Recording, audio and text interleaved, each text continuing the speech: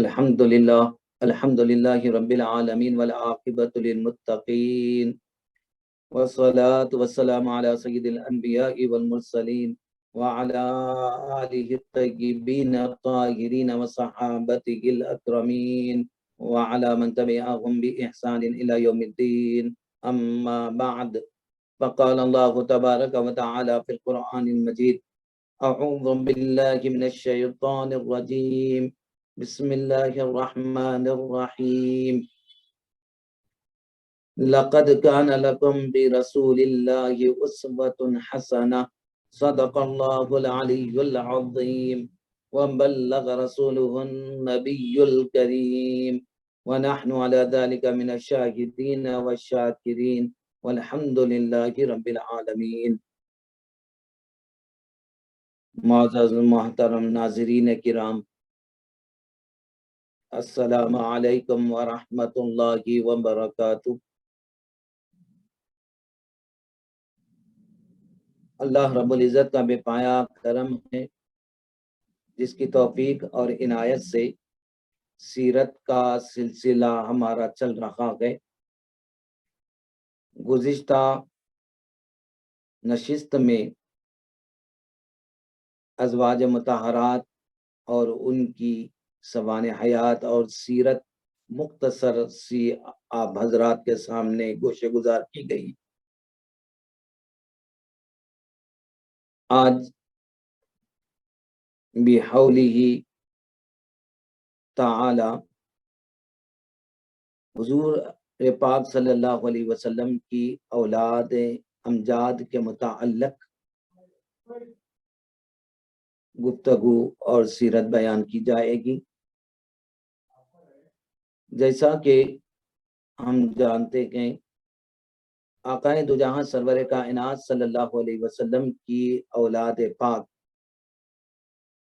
ساری کی ساری سیدتنا خدیجۃ الکبریٰ رضی اللہ تعالی عنہا کے بطن مبارک سے ہیں، سوائے ایک فرزند سیدنا ابراہیم رضی اللہ تعالی عنہ کے.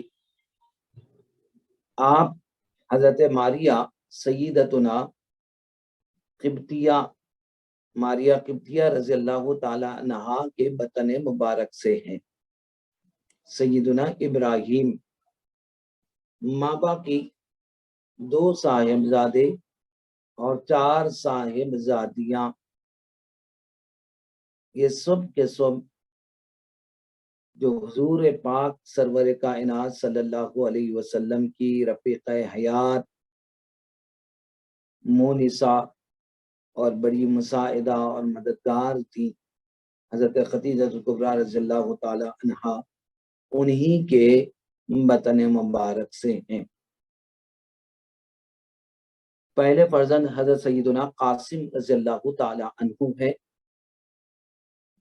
نمبر 2 حضرت سیدنا عبداللہ رضی اللہ تعالی عنہ، اور آپ کو طیب اور طاہر بھی کہا جاتا ہے. نمبر 3 حضرت سیدنا ابراہیم رضی اللہ تعالی عنہ جو ماریہ قبطیہ رضی اللہ تعالی عنہا کے بطن مبارک سے ہیں. یہ 3 صاحبزادے ہیں. بعض مؤرخین اور سیرت نگاروں نے 2 کا بھی ذکر کیا ہے، صرف 2 ہی فرزند تھے، لیکن جمہور اور اکثر مؤرخین لکھتے ہیں کہ 3 آقا علیہ الصلوۃ والسلام کے فرزندان مبارک تھے، 3 لڑکے تھے اور 4 صاحبزادیاں جو سب کے سب حضرت سیدتنا فاطمہ خدیجۃ الکبریٰ رضی اللہ تعالی عنہا کے بطن مبارک سے ہیں. نمبر 1 صاحبزادیوں میں حضرت سیدتنا زینب رضی اللہ عنہا. نمبر 2 حضرت سیدتنا رقیہ رضی اللہ تعالی عنہا. نمبر 3 سیدتنا ام کلثوم رضی اللہ عنہا.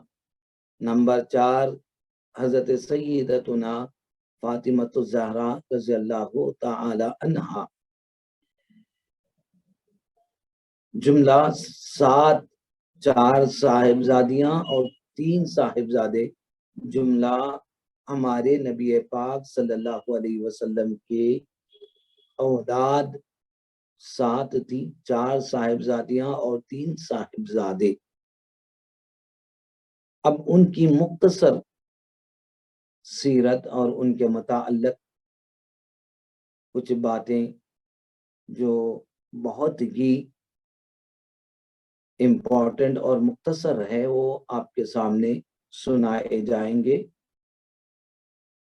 جیسا کہ مورخین نے لکھا ہے کہ 3 صاحبزادے کے، نمبر 1 حضرت سیدنا قاسم رضی اللہ عنہ، جو حضور سرور کائنات صلی اللہ علیہ وسلم کی اولاد میں سب سے بڑے صاحبزادے ہیں۔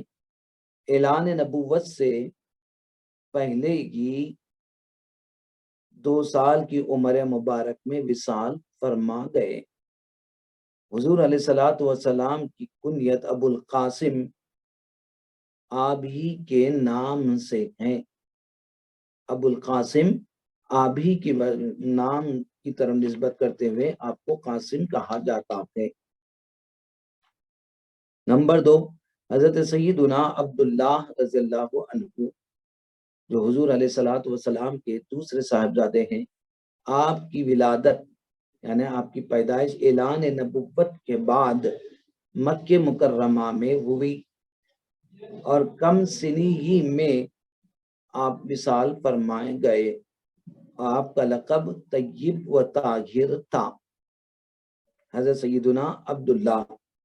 نمبر 3 حضرت سیدنا ابراہیم رضی اللہ عنہ، جو حضور صلی اللہ علیہ وسلم کی اولاد میں سے سب سے چھوٹے صاحبزادے ہیں۔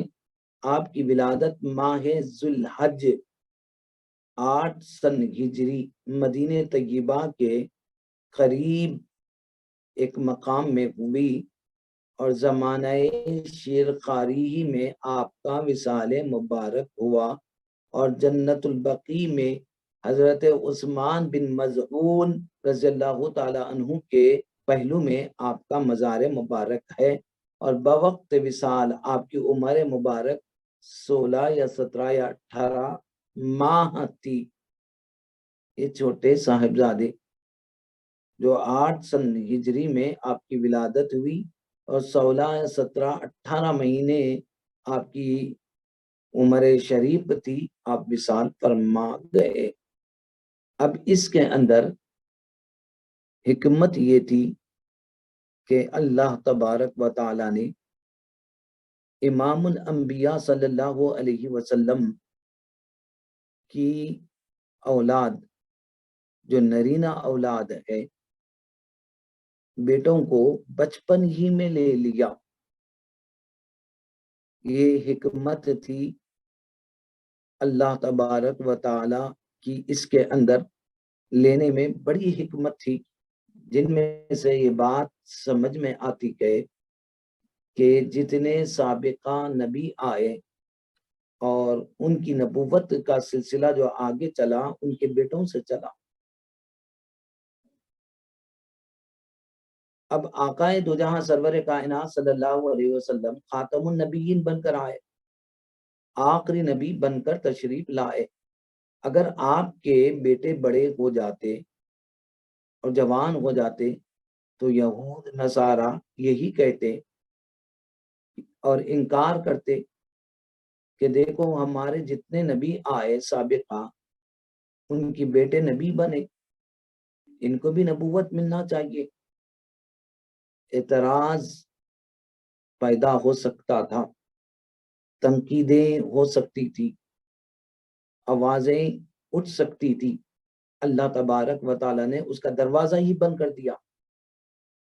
اپنے محبوب صلی اللہ علیہ وسلم کی پیاری پیاری اولاد کو شیرخواری میں بچپن ہی میں اللہ تبارک و تعالیٰ نے اپنے پاس بلا لیا تاکہ لوگوں کو اعتراض کا موقع بھی باقی نہ رہے، نہ کوئی نقد اور تنقید کا مسئلہ ہی نہ رہے۔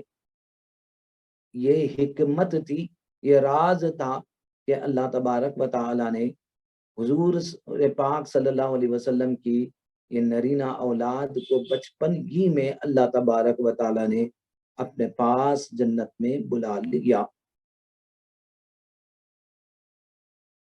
یہ حکمت اور راز تھی۔ اب آپ کی صاحبزادیوں کا مختصر سا تذکرہ ہم کریں گے۔ حضرت سیدتنا زینب رضی اللہ تعالی عنہا جو باعظمت حضور علیہ الصلوۃ والسلام کی صاحبزادیوں میں سب سے بڑی صاحبزادی تھی۔ آپ کی ولادت مبارک باسعادت مکہ مکرمہ میں اعلان نبوت سے 10 سال قبل ہوئی، اور آپ کی شادی اعلان نبوت سے قبل ہی ان کے خالازاد بھائی ابو العاص بن ربیع رضی اللہ عنہ سے بھی جو بعد میں مشربہ اسلام ہوئے، یعنی وہ بھی اسلام لے کر آئے۔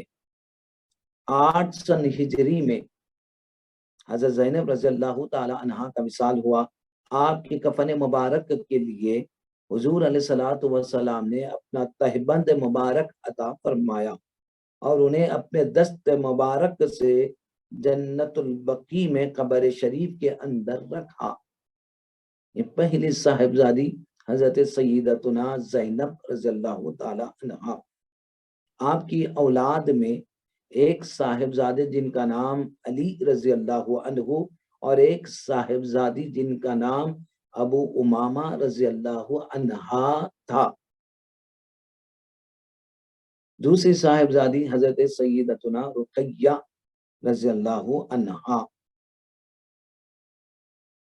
آپ کی ولادت مبارکہ اعلان نبوت سے 7 سال قبل پہلے ہوئی۔ حضرت سیدتنا رقیہ رضی اللہ تعالی عنہا کا نکاح حضرت عثمان غنی رضی اللہ تعالی عنہ سے ہوا۔ حضرت عثمان غنی رضی اللہ تعالی عنہ کو حضرت رقیہ رضی اللہ عنہا کے بطن مبارک سے ایک فرزند تولد ہوئے جن کا نام عبداللہ رضی اللہ عنہ ہے۔ حضرت بی بی رقیہ رضی اللہ عنہا کا وصال 20 سال کی عمر میں ہوا۔ آپ کا مزار شریف جنت البقیع میں ہے۔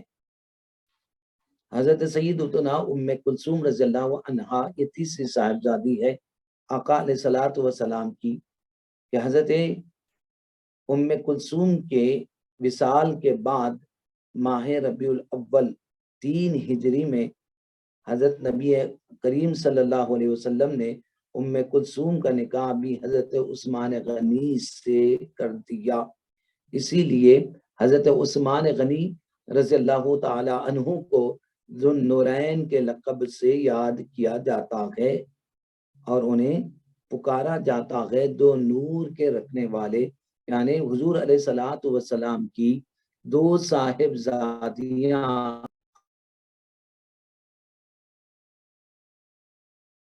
آپ کو ذو النورین کے لقب سے یاد کیا جاتا ہے۔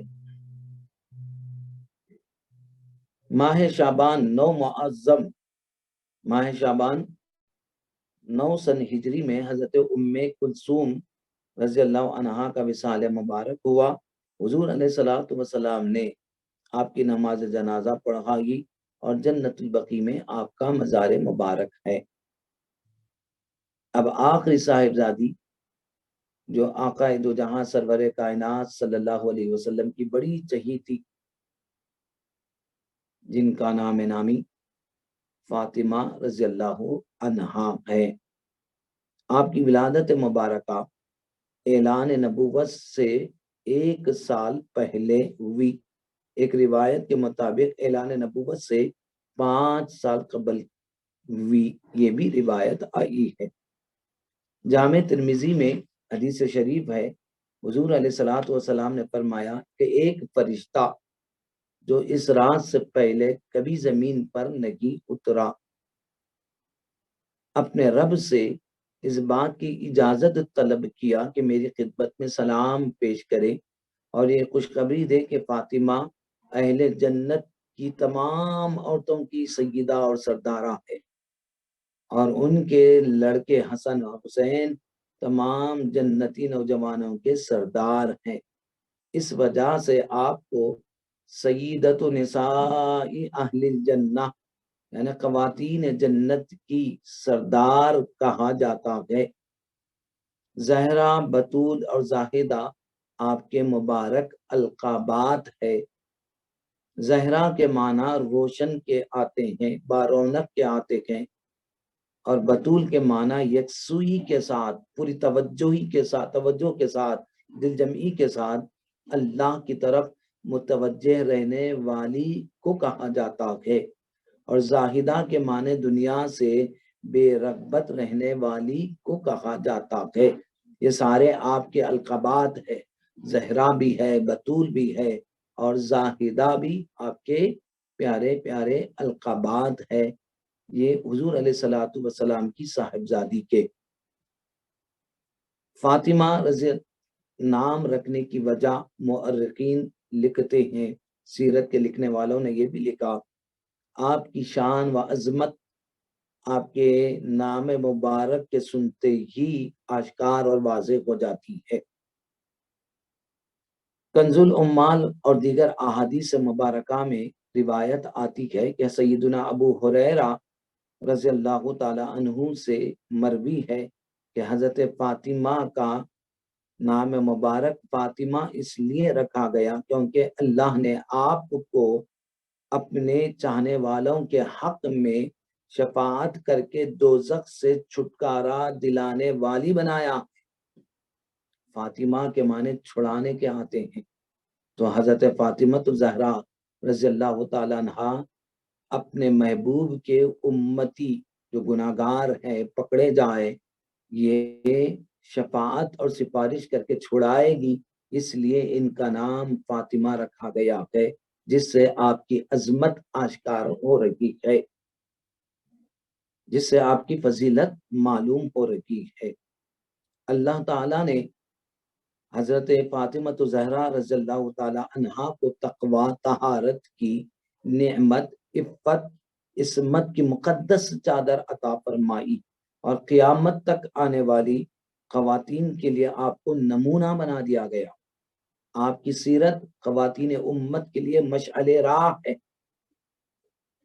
2 سن ہجری میں آپ کا عقد مولائے کائنات سیدنا علی رضی اللہ تعالی عنہ سے ہوا، جن کے بطن مبارک سے 3 صاحبزادے اور 3 صاحبزادیاں تولد ہوئی، پیدا ہوئی، جن کے نام اور اسماء گرامی یہ ہے کہ سیدنا حضرت امام حسن رضی اللہ عنہ، دوسرے صاحبزادے عالی مقام حضرت سیدنا امام حسین رضی اللہ تعالی عنہ، تیسرے صاحبزادے حضرت سیدنا امام محسن رضی اللہ عنہ۔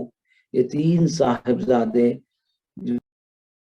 ہیں، اور حضرت فاطمہ زہرا رضی اللہ تعالی عنہا کے بطن مبارک سے تولد ہوئے، اور 3 صاحبزادیاں ہیں، حضرت سیدتنا زینب رضی اللہ عنہا، حضرت سیدتنا ام کلثوم رضی اللہ عنہا، اور حضرت سیدتنا رقیہ رضی اللہ عنہا۔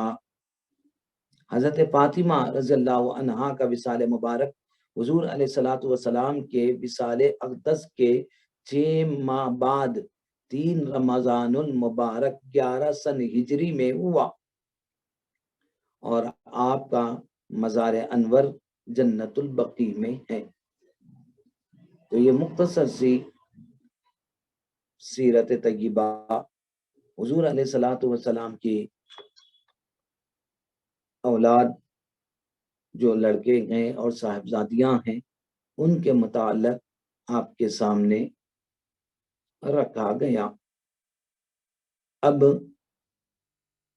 اولاد کے تذکرے کے بعد اعلان نبوت سے پہلے اور اس کے بعد جو اہم واقعات رونما ہوئے، اس کی طرف تھوڑی سی روشنی ڈالی جا رہی ہے۔ خانہ کعبہ کی تعمیر ابتدا سے لے کر آخر تک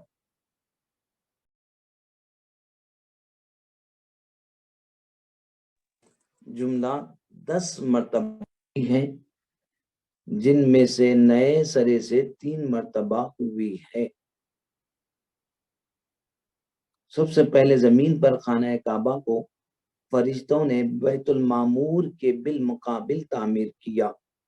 اس کے بعد سیدنا آدم علیہ السلام نے اس کو تعمیر فرمایا ملائکہ کے ہمراہ. پھر سیدنا آدم علیہ السلام کے فرزندوں نے خانہ کعبہ کی تعمیر کا شرف حاصل کیا. اس کے بعد حضرت سیدنا ابراہیم خلیل اللہ علیہ السلام اور آپ کے صاحبزادے حضرت سیدنا اسماعیل ذبیح اللہ علیہ السلام نے انہی بنیادوں پر خانہ کعبہ کو تعمیر فرمایا. بعد ازاں قوم کے سرداروں نے بھی اس کو تعمیر کیا. اس کے بعد قبیلہ جرہم والوں نے تعمیر کی سعادت حاصل کی. پھر قریش کے مورث اعلیٰ قصی بن کلاب کو اس کی تعمیر کا شرف ملا. اس کے بعد قبیلہ قریش نے بیت اللہ شریف کو تعمیر کیا، جس میں خود حضور علیہ الصلوۃ والسلام بھی شریک رہے. آپ بنفس نفیس اپنے مبارک کندھوں پر پتھر اٹھا اٹھا کر لاتے تھے. پھر حضور علیہ الصلوۃ والسلام کے ہدایت کردہ نقش کے مطابق حضرت عبداللہ ابن زبیر اپنے دور خلافت میں حتیم کی زمین کو خانہ کعبہ میں شامل کر کے تعمیر فرمایا. پھر عبد الملک بن مروان کے زمانے میں حجاج بن یوسف نے حضرت عبداللہ ابن زبیر کے تعمیر کردہ نقشے کے برخلاف جاہلیت کے نقشے کے مطابق اس کو کر دیا. 8ویں مرتبہ قریش نے خانہ کعبہ کی تعمیر جدید کی، نہیں اثر نو تعمیر کی، جس میں حضور علیہ الصلوۃ والسلام بنفس نفیس شریک ہوئے اور اپنے مبارک کندھوں پر پتھر اٹھا کر لائے. جس کی تفصیل یہ ہے، کعبے کی عمارت زمین کے نشیبی علاقوں میں موجود تھی. پہاڑوں سے بہنے والا بارش کا پانی جب اس وادی سے گزرتا تو سیلاب کی شکل میں ہوتا، جس سے عمارت بہ جاتی یا مرمت کی ضرورت پڑتی. اسی لیے قریش نے یہ طے کیا کہ عمارت کی تعمیر نئے طور پر ہو اور دروازہ بلند رکھا جائے تاکہ سیلاب کا پانی اندر داخل نہ ہو سکے، اور عمارت کی چھت بنائی جائے. تعمیر میں مکہ شریف کے ہر قبیلے کا سردار شریک ہوا. چنانچہ مختلف کام مختلف قسم کے لوگوں کے سپرد کیے گئے. جب حجر اسود رکھنے کی باری آئی تو آپس میں سخت جھگڑا ہوا. ہر قبیلہ یہ چاہتا تھا کہ یہ شرف اس کے حصے میں آئے. اس اختلاف کی بھڑکنے والی آگ کو ٹھنڈا کرنا ضروری تھا. ایک عمر رسیدہ شخص نے کے مشورے پر طے یہ پایا کہ کل صبح جو سب سے پہلے حرم کعبہ میں داخل ہو اس کو امیر بنا لیا جائے. جو فیصلہ کرے اسے قبول کیا جائے. دوسرے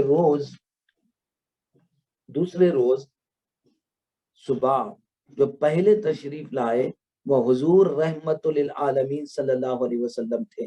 آپ کو دیکھ کر سب نے کہا بخدا یہ امین ہے، یہ امانت دار ہے، ان کے فیصلے پر ہم راضی ہیں.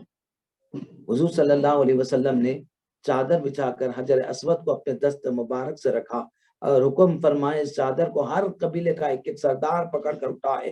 جب حجر اسود کو رکھنے کے مقام پر پہنچے تو حضور نے اپنے دست مبارک سے اس پتھر کو جگہ رکھ دیا. آپ کے اس حکیمانہ فیصلے نے لوگوں کو ایک بڑے جنگ اور خون خرابے سے بچا لیا.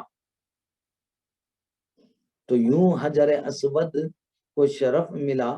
آقائے دو جہاں سرور کائنات صلی اللہ علیہ وسلم کے ہاتھوں سے رکھنے کا شرف اس حجر اسود کو حاصل ہوا اور پھر خون خرابہ بھی ختم ہو گیا. اس کے بعد حلف الفضول کے نام سے ایک آپس میں معاہدہ ہوا عرب میں. اس معاہدے کو حلف الفضول اس لیے کہا جاتا ہے کہ قریش کے اس معاہدے سے ایک عرصہ پہلے قبیلہ جرہم کے سرداروں نے اس قسم کا معاہدہ کیا تھا. قبیلہ جرہم کے اس معاہدے کی تحریک چلانے والوں کا نام فضل تھا. فضل بن فضالہ، فضل بن وداع، فضل بن حارث، اس لیے اس معاہدے کا نام حلف الفضول، فضل نام والے افراد کا نام رکھا گیا۔ دور جاہلیت میں عرب قبیلے آپس میں لڑا کرتے تھے، ان میں سے ایک حرب فجار بھی ہے جس کا سلسلہ نہایت طویل عرصے تک جاری رہی ہے جنگ۔ اس وقت معاشرے میں بد امنی عام تھی، لوگ خوف و ہراس میں زندگی گزارتے تھے۔ یہ جنگ ختم ہونے کا نام نہیں لے رہی تھی، قتل غارت گیری روز کا معمول تھا، وحشت دہشت سماج پر چھائی ہوئی تھی۔ اب اس بد امنی سے بیزار ہو کر چند امن پسند افراد نے ایک پر امن تحریک شروع کی۔ بعثت نبوی سے 20 سال پہلے بنو ہاشم، بنو زہرہ، بنو اسد، عرب کے دیگر قبیلوں کے سرداروں نے عبداللہ بن جدعان کے گھر میٹنگ کی۔ حضور علیہ الصلوۃ والسلام کے چچا زبیر بن عبد المطلب نے اس معاہدے کے لیے سب سے پہلے دعوت دی اور کہا کہ بد امنی کی اس صورتحال کو ختم کرنے کے لیے کوئی معاہدہ کیا جانا چاہیے۔ اس وقت حلف الفضول کے نام سے ایک معاہدہ طے پایا۔ تمام سرداروں نے امن کے قیام کے لیے اور قتل و خون ریزی کے خلاف حلف لیا۔ جس معاہدے میں حضور علیہ الصلوۃ والسلام بھی شریک تھے، اور اس وقت حضور علیہ الصلوۃ والسلام کی عمر مبارک 20 سال تھی۔ حضور نے اس کے بارے میں ارشاد فرمایا کہ یہ جو معاہدہ طے پایا ہے اس وقت میں موجود تھا اور اس معاہدے سے مجھے بڑی مسرت ہوئی۔ اس معاہدے کے بدلے میں اپنے لیے سرخ اونٹ سے بھی زیادہ مجھے سرخ اونٹ بھی پسند نہیں کرتا جس قدر مجھے یہ معاہدہ پسند آیا ہے۔ اگر اسلام کے زمانے میں یہ جیسے معاہدے کے لیے دعوت دی جاتی تو میں ضرور قبول کروں گا۔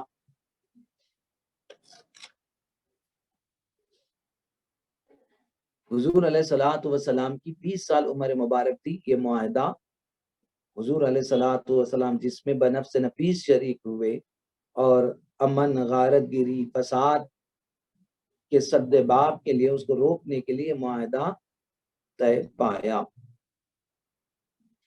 حضور علیہ الصلوۃ والسلام کی ظاہری حیات طیبہ کا 40واں سال تھا۔ حضور علیہ الصلوۃ والسلام کو خلوت محبوب بنا دی گئی۔ مکہ شریف سے 3 میل دور ایک پہاڑ ہے جس کو جبل نور کہا جاتا ہے، اس کی اونچائی میں ایک غار ہے جس کو غار حرا کہا جاتا ہے۔ حضور علیہ الصلوۃ والسلام تنہائی میں عبادت خدا کے ارادے سے وہاں تشریف لے جاتے اور اس غار میں اللہ تعالیٰ کی یاد میں مصروف رہا کرتے تھے۔ مختصر سی غذا ستو وغیرہ ساتھ لے کر جاتے اور جب وہ ختم ہو جاتا تو کبھی بنفس نفیس دولت خانہ واپس تشریف لاتے، کبھی حضرت خدیجہ رضی اللہ تعالیٰ عنہا کھانا لے کر غار حرا میں حاضر ہوتی تھی۔ آغاز وحی معمول شریف کے مطابق یعنی عادت شریفہ کے مطابق معلم کائنات صلی اللہ علیہ وسلم حق تعالیٰ کی عبادت اور ذکر اور مراقبے میں مشغول تھے۔ غار حرا میں اچانک ایک دن اللہ تعالیٰ کے حکم سے حضرت جبرائیل علیہ السلام حاضر خدمت ہوئے اور عرض کیا اقرا پڑھیے۔ حضور علیہ الصلوۃ والسلام نے کہا میں پڑھنے والا نہیں۔ فرشتے نے گرم جوشی کے ساتھ آپ سے معانقہ کیا، گلے ملا، پھر عرض کیا پڑھیے۔ حضور نے فرمایا میں پڑھنے والا نہیں۔ فرشتے نے اس طرح 3 بار کیا اور تیسری بار سورہ علق کی آیت اقرا بسم ربک الذی خلق سے 5ویں آیت تک تلاوت کی۔ ان آیات کریمہ کو حضور صلی اللہ علیہ وسلم لے کر اپنے گھر واپس ہوئے۔ نزول قرآن کی وجہ سے خاص انوار تجلیات کا ظہور ہوا تھا اور شان رسالت و نبوت سے حق تعالیٰ کا قرب ملا تھا، جس کی وجہ سے جسم مبارک کانپ رہا تھا۔ دولت خانہ پر تشریف لا کر حضرت خدیجہ رضی اللہ تعالی عنہا سے فرمایا مجھے چادر اڑاؤ، مجھے چادر اڑاؤ۔ آپ نے چادر اڑا دی۔ پھر حضور علیہ الصلوۃ والسلام نے سارا واقعہ بیان کیا اور فرمایا کہ مجھے اپنی قوم کے جھٹلانے کا اندیشہ ہے، میری قوم میری تکذیب کرے گی۔ تو حضرت خدیجہ رضی اللہ تعالی عنہا نے عرض کیا جب آپ ہیں تو ان کے لیے کوئی خطرہ نہیں، خدا کی قسم اللہ تعالیٰ آپ کی شان بلند رکھے گا اور اپنی مدد کو نہیں روکے گا۔ آپ رشتہ داروں سے بہتر سلوک کرنے والے ہیں، نادروں کا کمزوروں کا بوجھ اٹھاتے ہیں، محتاجوں کے لیے کماتے ہیں، مہمان نوازی کرتے ہیں، مصیبتوں کے وقت لوگوں کے کام آتے ہیں، تو لوگ آپ کو کیسے تکلیف دیں گے؟ حضرت خدیجہ رضی اللہ تعالی عنہا حضور علیہ الصلوۃ والسلام کے ساتھ اپنے چچا زاد بھائی ورقہ بن نوفل کے پاس گئی، جو بہت بڑے عالم تھے، اہل کتاب کے بہت بڑے عالم تھے، جو ایک خدا کو ماننے والے تھے۔ انہیں سارا واقعہ بیان سنایا۔ انہوں نے کہا یہ وہی فرشتہ ہے جو انبیاء کرام کے پاس اللہ تعالیٰ کی طرف سے آتا رہا، وہی لے کر آتا ہے، پیغام لے کر آتا ہے۔ کاش کہ میں اعلان نبوت کے وقت نوجوان ہوتا، کاش میں اس وقت زندہ ہوتا جب قوم کی شرارت کی وجہ سے آپ کو مکہ مکرمہ سے نکلنا ہوگا۔ حضرت حضور علیہ الصلوۃ والسلام نے فرمایا کیا ان لوگوں کی وجہ سے مجھے مکے سے نکلنا ہوگا؟ تو ورقہ نے کہا جو بھی نبوت لے کر آئے ان کی قوم مخالفت پر اتر آئی اور ان سے دشمنی کی۔ پھر چند دن بحکمت الہی وحی کا سلسلہ موقوف رہا، رک گیا۔ پھر سورہ مدثر کی ابتدائی آیتیں نازل ہوئی۔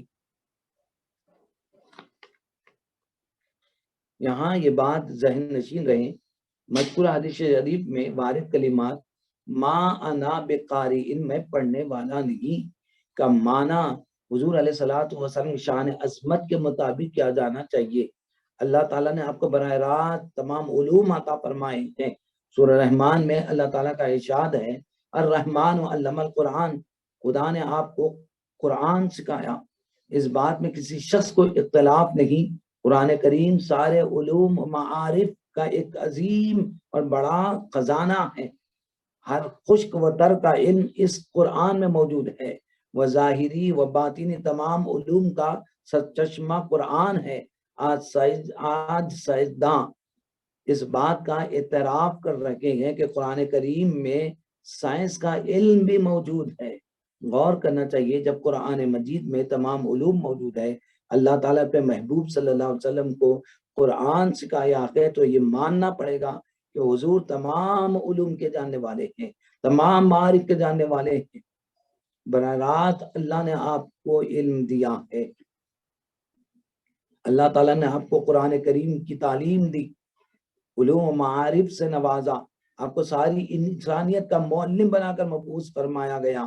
چنانچہ ارشاد باری تعالیٰ ہے کما ارسلنا فیکم رسولا منکم، جیسا کہ ہم نے تمہارے اندر ایک عظمت والا رسول بھیجا ہے جو تم پر ہماری آیات تلاوت کرتا ہے، یتلو علیکم آیاتنا ویزکیکم، اور تم کو پاک کرتا ہے، تمہارے نفوس کو پاک کرتا ہے، تمہارے دلوں کی گندگی کو پاک کرتا ہے، وَيُعَلِّمُكُمُ الْكِتَابَ وَالْحِکْمَةَ، اور تم کو کتاب اور حکمت کی تعلیم دیتا ہے، وَيُعَلِّمُكُم مَا لَمْ تَكُونُوا تَعْلَمُونَ، اور یہ نبی تم کو وہ چیزوں کی بھی تعلیم دیتا ہے جس کو تم جانتے نہیں تھے۔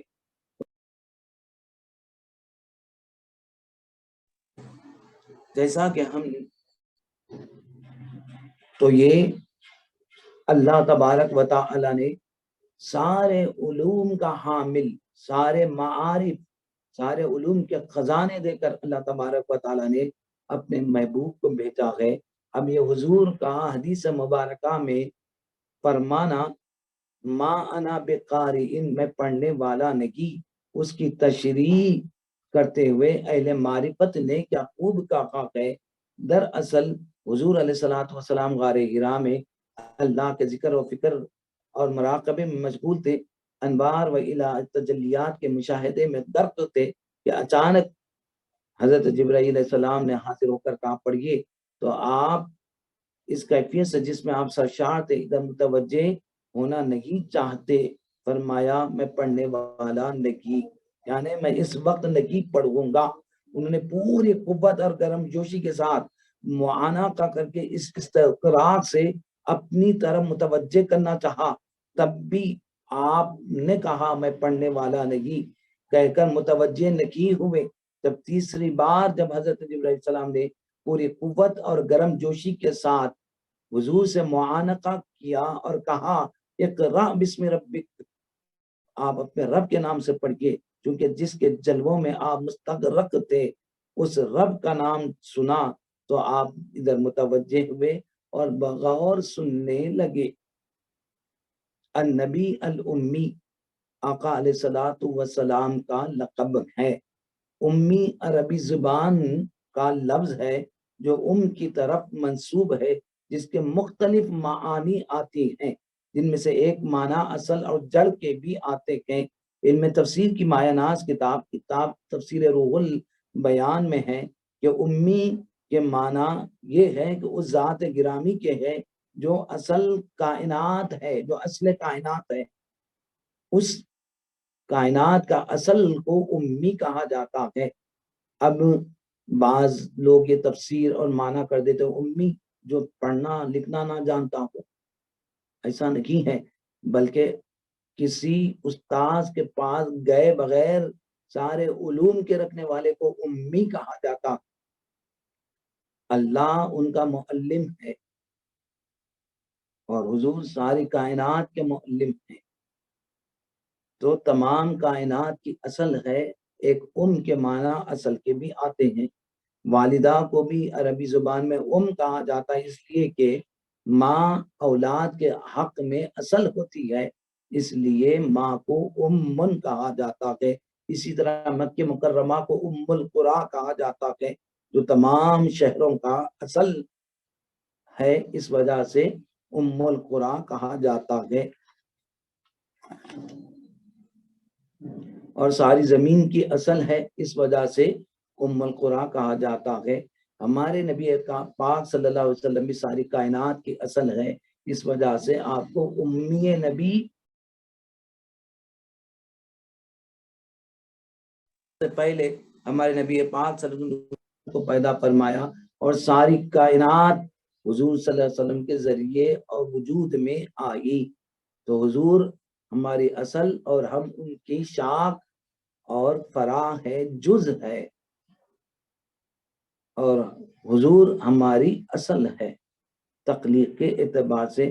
تو بہرحال نبی پاک صلی اللہ علیہ وسلم کے لیے قرآن مجید میں جو لفظ امی آیا ہے وہ اس معنی میں مستعمل ہے، اس کے برخلاف امی کے معنی جاہل اور ان پڑھ سے کرنا حضور صلی اللہ علیہ وسلم کی شان کے خلاف ہے، کیونکہ اللہ تعالیٰ نے آپ کو ساری کائنات کا معلم بنا کر بھیجا ہے، جیسا کہ حدیث شریف میں آتا ہے، سنن ابن ماجہ کی روایت ہے، انما بعثت معلما، اس کے سوا نہیں کہ میں معلم بن کر آیا ہوں، مجھے بھیجا گیا ہے۔ مکہ شریف کو چونکہ القریٰ کہا جاتا ہے، جس طرح ہندوستان کے رہنے والے کو ہندوستانی اور مدینہ منورہ کے رہنے والے کو مدنی کہتے ہیں، اسی طرح القریٰ کی طرف نسبت کرتے ہوئے آپ کو امی کہا گیا ہے۔ البتہ اس لفظ کے ایک اور معنی مفسرین نے یہ بھی بتلایا کہ آپ نے مخلوق سے کوئی علم نہیں سیکھا، بلکہ اللہ نے آپ کو سارے علوم سکھائے اور مخزن العلوم بنا کر مبعوث فرمایا۔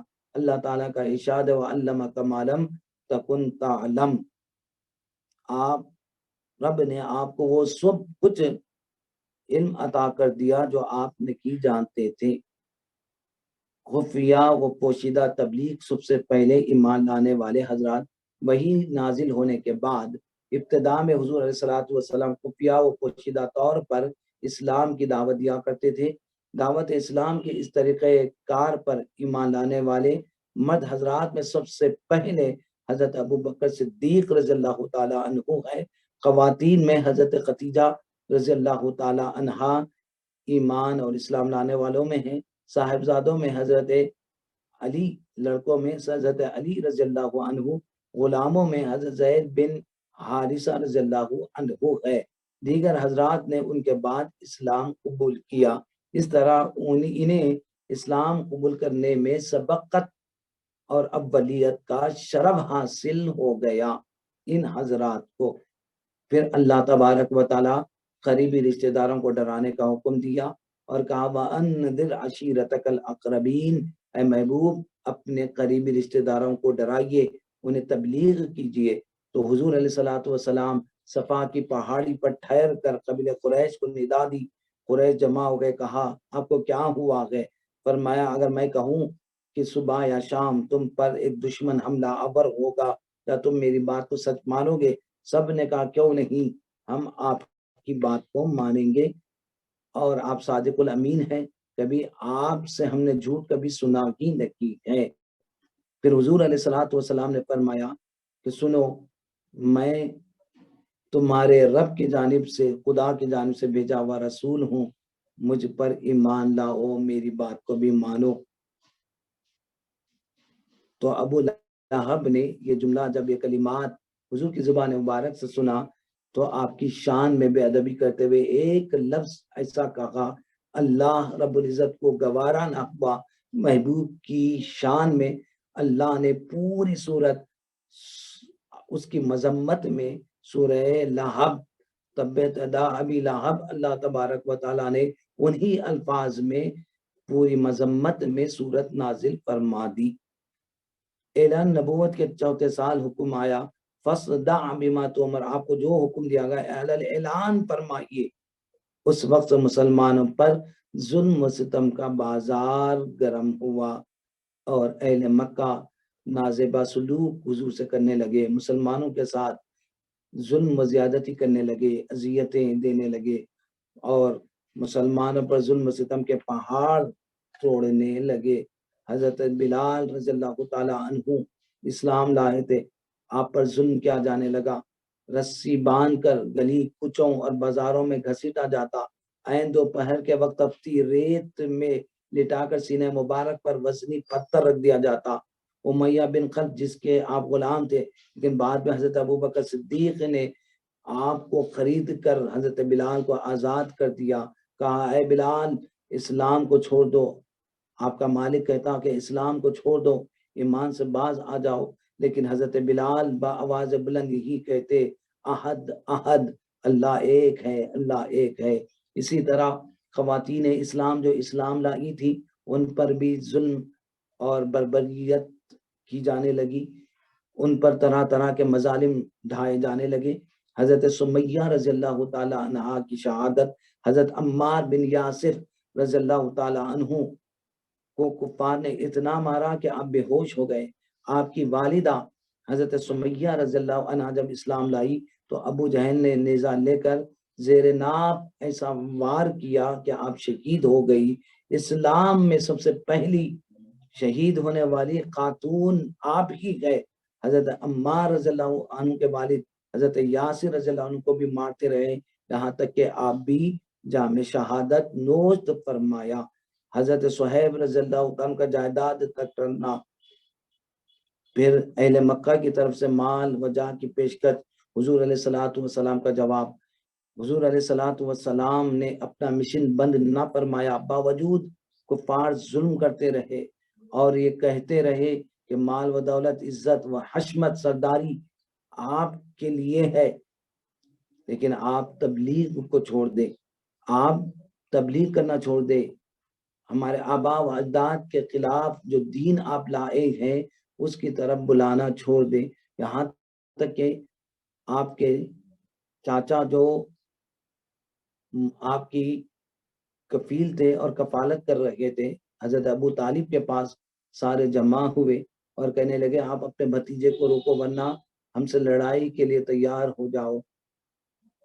تو آپ نے اپنے بھتیجے محمد صلی اللہ علیہ وسلم کو بلایا اور اہل مکہ اور سرداروں کی آنے کی اطلاع حضور کو دی گئی تو حضور نے سن کر کہا کہ میرے ہاتھ میں وہ ایک سیدھا ہاتھ میں چاند اور ایک ہاتھ میں سورج لا کر بھی رکھ دے پھر بھی میں دین حق کی تبلیغ کو نہیں چھوڑوں گا۔ جب حضور کے عزم کو دیکھا تو چاچا نے کہا دیکھ جو تیرے سمجھ میں آ رہا ہے تو وہی کر، میں تیرے ساتھ ہوں۔ تو یہ حضور علیہ الصلوۃ والسلام اپنا مشن جاری رکھا۔ اللہ تبارک و تعالی نے مدد آپ کی فرماتا رہا اور لوگ جوق در جوق دین حق کو قبول کرنے لگے اور اسلام میں داخل ہونے لگے اور اسلام ترقی کرتا گیا۔ اللہ تبارک و تعالی کی نصرت و عنایت سے اور حضور علیہ الصلوۃ والسلام کی برکتوں کی وجہ سے اسلام بڑھتا ہی رہا۔ وہ جتنا دبانا چاہا اور اپنے پھوکوں سے اسلام کی شمع کو بجھانا چاہا لیکن وہ بجھا نہ سکے۔ اللہ تبارک و تعالی قرآن کریم میں کہہ رہا ہے یریدون ان یطفئوا نور اللہ بافواہہم واللہ متم نورہ ولو کرہ الکافرون۔ وہ چاہتے ہیں کہ دین اسلام کو اپنے پھونکوں سے بجھا دے لیکن اللہ اپنے نور کو مکمل کرنے والا ہے اگرچہ کہ کافر اس بات کو پسند نہ کرے۔ اللہ تبارک و تعالی نے پھر حضور علیہ الصلوۃ والسلام بنفس نفسی غزوات میں شریک ہوئے، کتنی تکالیف آپ نے اٹھائی دین حق کی تبلیغ و نشر و اشاعت کے لیے، کتنے صحابہ کو قربانی دینی پڑی اس دین حنیف کی نشر و اشاعت کے لیے، تب جا کر اسلام آج دنیا کے کونے کونے میں پھیلا، اسلام ہر جگہ پھیلا اور اس کی ہدایات اس کی تعلیمات ساری جگہ پھیل چکی ہے اور لوگ اتنے حضور کے اسلام کی تعلیمات سے لائے ہوئے دین سے اتنے متاثر ہیں کیونکہ یہ تو اللہ تبارک و تعالیٰ کا دین ہے، اللہ تبارک و تعالیٰ کا پسندیدہ دین ہے، اللہ تبارک و تعالیٰ نے دے کر بھیجا ہے، کیوں نہ لوگ قبول کرتے اور متاثر ہوتے۔ حضور علیہ الصلوۃ والسلام اپنی سیرت اور اپنے اخلاق کو پیش کر کے لوگوں کو متاثر کیا اور حضور کی سیرت و کردار اور اخلاق کے نقوش کو دیکھ کر اسلام لاتے، دشمن بھی اسلام لاتے اور دین حق کو قبول کرتے اور ابدی نجات حاصل کر لیتے، یعنی جہنم سے بچ جاتے۔ یہیں پر آج ہم اپنی بات کو ختم کرتے ہیں۔ اللہ رب العزت سے دعا کرتے ہیں کہ باری تعالیٰ سیرت طیبہ جو ایک اہم اور بڑا تاریخی لٹریچر کہا جاتا ہے اور جس سے ہر مسلمان کو واقفیت کچھ نہ کچھ ہونا ضروری ہے اپنے آقا علیہ الصلوۃ والسلام کی سیرت طیبہ سے، تو اسی مناسبت سے ماہ ربیع الاول میں سیرت کا سلسلہ ہم نے شروع کیا تھا۔ آج یہیں پر اس کو ہم کلوز کرتے ہیں، مکمل کرتے ہیں۔ آئندہ جو ہمارا فقہی اور مسائل کا جو سلسلہ چل رہا تھا ہم دوبارہ اس کو آغاز کریں گے۔